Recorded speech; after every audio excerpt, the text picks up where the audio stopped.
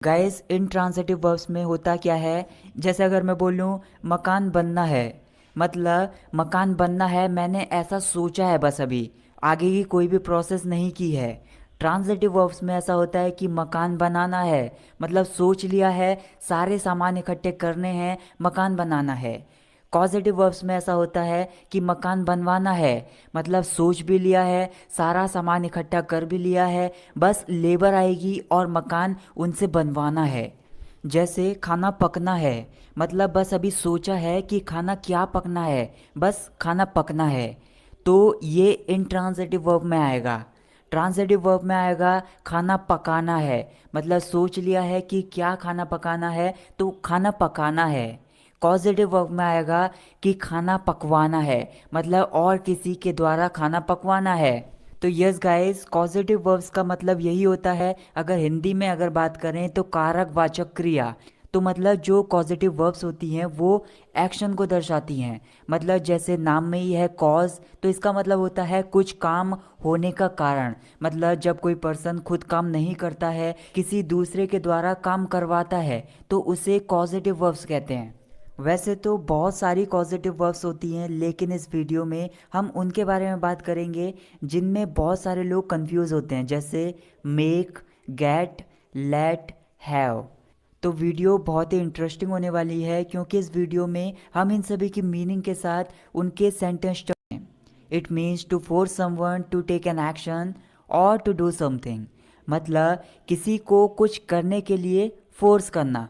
मतलब आप बोल सकते हैं किसी से कुछ काम करवाना। जो कॉजेटिव वर्ब्स होती हैं उनको इसी सेंस में यूज़ किया जाता है, जो काम किया जाता है वो किसी और पर्सन के द्वारा किया जाता है, जबकि दोनों मौजूद होते हैं। इसका ग्रामेटिकल स्ट्रक्चर देख लेते हैं, जैसे subject plus make plus person. Person वो पर्सन जिसके द्वारा काम किया जाना है, प्लस वर्ब की बेस फॉर्म आएगी यहाँ पर, मतलब वर्ब की फर्स्ट फॉर्म आएगी, प्लस ऑब्जेक्ट। मेक का यूज़ हम इस सेंस में करते हैं, जैसे काम करने वाला पर्सन और काम करवाने वाला पर्सन दोनों आमने सामने होते हैं, या फिर सेंटेंस में दोनों की बात होती है, दोनों वहाँ पर मौजूद होते हैं उस सिचुएशन में, तभी हम मेक का यूज़ करते हैं। तो सेंटेंस स्ट्रक्चर आपने देख ही लिया। तो जैसे कुछ एग्जांपल्स हैं, वह मुझसे खाना पकवाता है। पकवाता है मतलब काम करने वाला मैं हूँ और काम करवाने वाला वो है। तो सेंटेंस इस तरह से ट्रांसलेट होगा, he makes me cook food. तो यहाँ पर देख लीजिए मेक के साथ एस फॉर्म यूज़ की है, क्योंकि ये जो सेंटेंस है वो प्रेजेंट इंडेफिनिट टेंस है। तो यहाँ पर जो भी चेंजेस होंगे वो मेक में ही होंगे, मतलब टेंस के अकॉर्डिंग हम इसका चेंज कर देंगे। जैसे और कुछ एग्जांपल्स देख लेते हैं। तुमने मुझसे झूठ बुलवाया, मतलब काम करने वाला मैं हूँ, तो इसको ट्रांसलेट करेंगे, you made me tell a lie. You made me tell a lie. मेरी मम्मी रोज़ मुझसे खाना बनवाती हैं। My mom makes me cook food every day. My mom makes me cook food every day.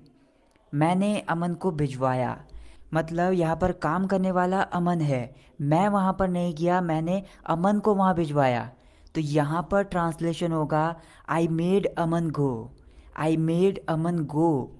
मैंने अपनी बहन से खाना बनवाया, मतलब काम करने वाली यहाँ मेरी बहन है। I made my sister cook. I made my sister cook. मैंने बच्चों से दिवाली पर पटाखे जलवाए। I made kids burn the fire crackers on Diwali. I made kids burn the fire crackers on Diwali. मैं राधा से खाना बनवा रहा हूँ। ये जो सेंटेंस है वो प्रेजेंट कंटिन्यूस टेंस है, तो इसका ट्रांसलेशन होगा, I am making Radha cook food. Notice करने वाली बात यहाँ पर भी यही है, जो सेकंड वर्ब है यहाँ पर, तो वो हमेशा वर्ब की बेस फॉर्म आएगी, मतलब वर्ब की फर्स्ट फॉर्म आएगी। I am making Radha cook food. अब हम बात कर लेते हैं गेट के यूज़ के बारे में। तो इसका जो यूज़ होता है वो ऐसे सेंटेंसेस में होता है जिसमें काम करवाने वाला पर्सन मौजूद होता है, लेकिन जो काम करने वाला पर्सन है वो मौजूद नहीं होता है। मेक में क्या हो रहा था, जो काम करने वाला है और जो काम करवाने वाला है दोनों सेंटेंस में मौजूद होते हैं, लेकिन गेट में जो काम करने वाला है वो मौजूद ही नहीं होता है, उसका कोई जिक्र ही नहीं होता है। मैंने दीवारों को पेंट करवाया, मतलब पेंट करवाया। खुद नहीं किया, किसी और के द्वारा पेंट करवाया। लेकिन जिसके द्वारा यहाँ पर काम किया जा रहा है, जिसके द्वारा पेंट किया गया है, उसके बारे में इस सेंटेंस में जिक्र नहीं हो रहा है। तो ऐसे सेंटेंसेस में हम गेट का यूज़ करेंगे। तो इसका सेंटेंस स्ट्रक्चर देख लेते हैं। Subject plus gate plus person, वो पर्सन जिसके द्वारा काम किया गया है या फिर काम होना है, प्लस वर्ब की third form plus object. Make में हो रहा था, वर्ब की फर्स्ट फॉर्म यूज़ हो रही थी, लेकिन इसमें वर्ब की थर्ड फॉर्म यूज़ होती है। इसका ट्रांसलेशन होगा I got the walls painted. I got the walls painted. क्या तुम अपने बाल कटवा रहे हो? ये प्रेजेंट कंटिन्यूस टेंस है और उसका इंट्रोनेगेटिव सेंटेंस है। इसका ट्रांसलेशन होगा are you getting your haircut? Are you getting your haircut? मैंने अपनी साइकिल ठीक करवाई, मतलब खुद नहीं की, मैंने किसी और से ठीक करवाई। इस सेंटेंस में जिससे ठीक करवाई गई है उसका बिल्कुल भी जिक्र नहीं हो रहा है, तो इसीलिए यहाँ पर गेट का यूज़ होगा। I got my bicycle repaired. I got my bicycle repaired. मैं घर बनवा रहा हूँ। I am getting my home built. I am getting my home built. आपको किताब लिखवानी चाहिए, मतलब किसी और के द्वारा किताब लिखवानी चाहिए। You should get the book return. You should get the book return. मैंने उसे पिटवाया, मतलब मैंने उसे खुद नहीं पीटा, किसी और के माध्यम से उसको पिटवाया। तो यहाँ पर जिसके द्वारा वो पीटा गया है, यहाँ पर उसके बारे में बिल्कुल भी बात नहीं हो रही है, उसका जिक्र नहीं हो रहा है। तो इसीलिए यहाँ पर गेट का यूज़ होगा I got him beaten. I got him beaten.